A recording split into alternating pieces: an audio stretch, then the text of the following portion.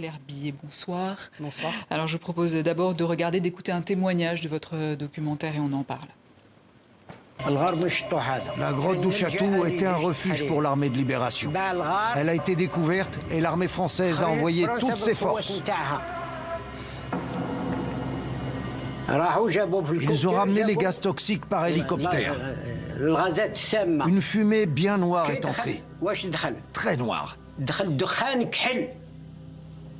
On l'a respirée et on a commencé à tousser. On avait de la bave verte au coin des lèvres. Et on est tombés les uns après les autres. Voilà, vous signez là une enquête explosive. Claire Billet, à quel moment vous vous êtes rendu compte que l'usage d'armes chimiques par l'armée française était un fait étouffé, mais documentable? Quand j'ai échangé avec l'historien Christophe Lafaille, je pense que c'est maintenant, il y a à peu près 4 ans, et qui m'a parlé de l'objet de son travail, qu'il avait vu les archives. Moi, j'ai eu, pour être tout à fait honnête, de la peine à le croire au début. J'ai fait des recherches de mon côté, j'ai vu qu'il y avait quelques témoins, mais c'est quand il m'a montré les archives administratives militaires françaises sur lesquelles il travaillait, sur lesquelles il s'appuyait, que j'ai compris tout de suite que c'était en fait, que c'était fou qu'on ne le sache pas.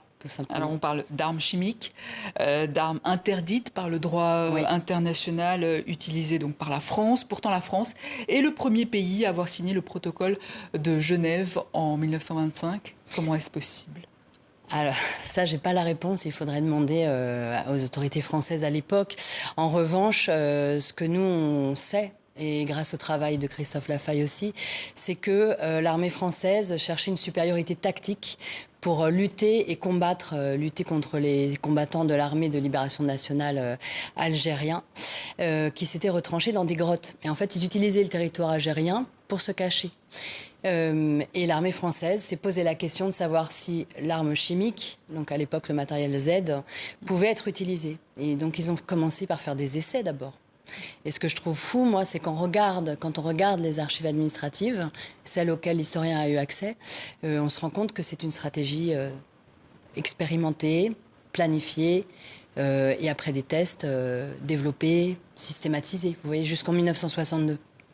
Et ils ont signé le protocole, mais pourtant ils sont autorisés à déjouer en fait ce protocole. Oui, l'autorisation a été donnée par le ministre de la Défense français à l'époque, Bourgès Monory, avec une précision demandant, si possible, de ne pas... je crois que la mention n'est pas utiliser de gaz ou de faire en sorte que ça n'atteigne pas physiquement les personnes.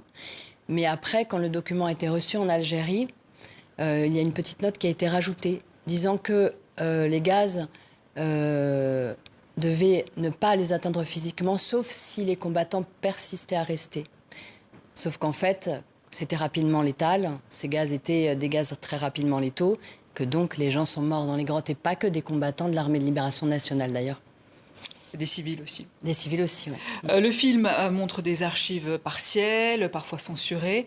Avez-vous été entravé dans votre travail par des refus officiels ou des silences institutionnels? Alors c'est plutôt du silence, oui, qui est de l'ordre du tabou, qui mêle beaucoup de choses, qui mêle à la fois le fait que c'était des opérations à l'époque aussi classées secret défense, que les historiens ont du mal à accéder à ces documents d'archives, que Christophe Lafaille, par exemple, doit faire des appels auprès de commissions administratives pour justifier de l'ouverture de ces documents, qu'il y a probablement un manque de ressources aussi au sein du service qui s'occupe de la conservation pour pouvoir traiter tous les cartons d'archives, qu'il y a évidemment un tabou sur la question de l'usage d'armes interdites à l'époque, bien évidemment.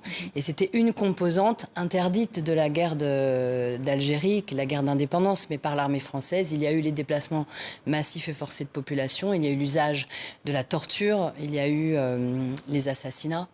Et le pan guerre chimique, si vous voulez, n'était pas encore connu parce que les historiens n'avaient pas pu travailler dessus. Donc ce film raconte les prémices aussi du travail d'un historien. Pas que, parce qu'il y a des témoignages aussi, mais c'est ça que le film raconte. Un tabou qui dure toujours d'ailleurs. Qui dure en effet. Donc moi, je n'ai pas eu l'autorisation, malgré mes 2 demandes, l'autorisation de filmer l'historien au travail au service historique de la Défense. Et j'ai plutôt été confrontée face à du silence, c'est-à-dire que face à la sensibilité du sujet, les gens n'osaient pas forcément réagir et le ministère de la Défense n'a pas souhaité s'exprimer. Et selon vous, pourquoi on s'interdit autant de comprendre ce qu'était cette guerre d'Algérie? Je pense que c'est un peu le serpent qui se mord la queue, finalement. C'est que moins on en parle, moins on a envie d'en parler.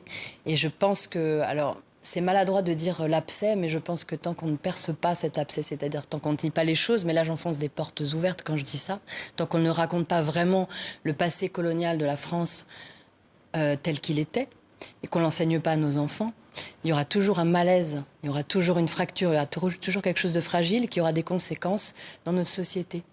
Donc, Et qu'est-ce que vous attendez suite à cette révélation des décisions politiques ou judiciaires des suites? Alors moi, en tant que citoyenne française, je souhaiterais que les archives puissent être déclassifiées dans leur intégralité, parce qu'il n'y a pas de quoi, à l'intérieur des archives, construire une arme de destruction massive.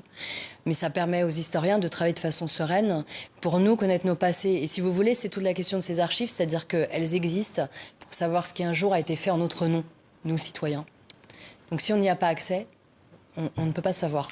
Et peut-être une reconnaissance, oui, c'est ce que les Algériens que j'ai filmés en tout cas, et même les anciens combattants français demandent. Claire Billet, merci. Je rappelle le titre de votre documentaire, Algérie, section armes spéciales. Merci. Merci à vous.